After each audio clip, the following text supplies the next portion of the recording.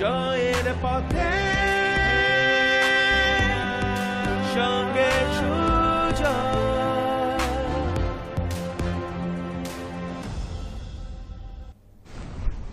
लहरों से डरकर नौका पार नहीं होती, कोशिश करने वालों की कभी हार नहीं होती। नन्ही चींटी जब दाना लेकर चलती है, चढ़ती दीवारों पर मन का विश्वास, रंगों में साहस भरता है।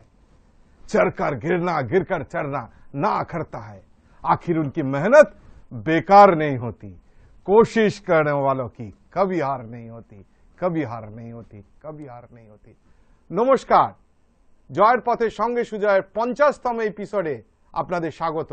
আমি প্রফেসর ডক্টর সুজয় বিশ্বাস এবং এই গোল্ডেন জুবলি এপিসোডে, গোল্ডেন জুবলি সপ্তাহে আমার অতিথি এবছরের হাই সেকেন্ডারির অর্থাৎ 2017 সালে হাই সেকেন্ডারির 10ম স্থানাধিকারী তথা মাধ্যমিক 2015 নবম স্থানাধিকারী এবং ওর ব্যাচের সাউথ পয়েন্টের অবিসংবাদিত ফার্স্ট গার্ল বৈষ্ণা। নমস্কার। নমস্কার।